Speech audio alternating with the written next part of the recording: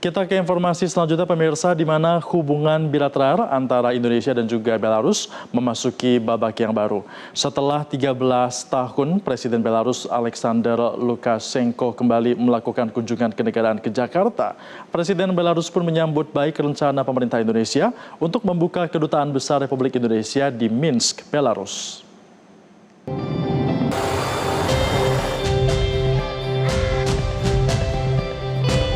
Kunjungan Presiden Belarus adalah kedatangan kedua Lukashenko setelah 13 tahun silam. Sekaligus menjadi kunjungan balasan atas lawatan Presiden Prabowo Subianto ke Belarus pada Juli tahun 2025 lalu.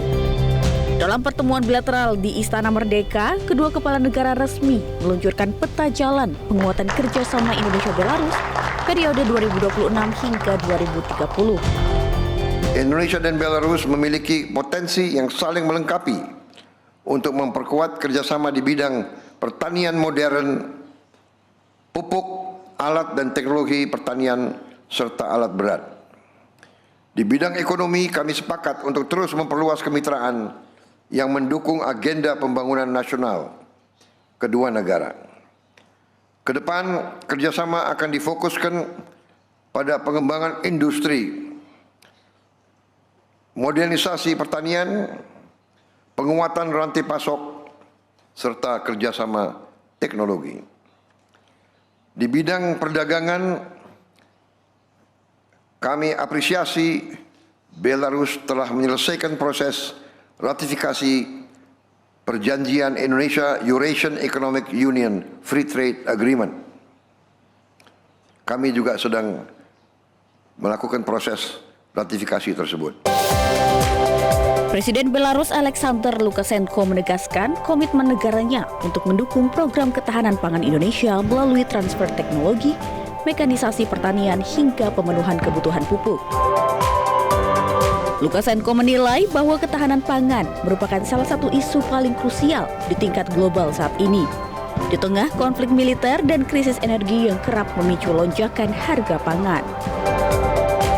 Обеспечение продовольственной безопасности – один из самых насущных вопросов глобальной повестки дня.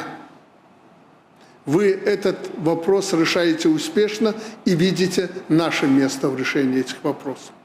Военные конфликты, энергетический коллапс, проблемы на традиционных торговых маршрутах – все это незамедлительно сказывается на цене продовольственной корзины для простых людей.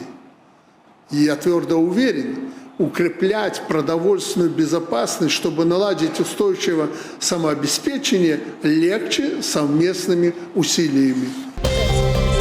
Selain itu, rencana pembukaan KBRI di Minsk, kebijakan bebas visa bagi warga Belarus yang berkunjung ke Indonesia, serta pembukaan rute penerbangan langsung dari Indonesia ke Belarus akan menjadi lompatan besar bagi hubungan kedua negara. Lukashenko menegaskan Belarus siap menjadi mitra Indonesia untuk mewujudkan target pembangunan nasional. Belarus juga siap melaksanakan seluruh target yang tercantum dalam peta jalan kerjasama Belarus-Indonesia hingga tahun 2030. Tim Liputan Metro TV.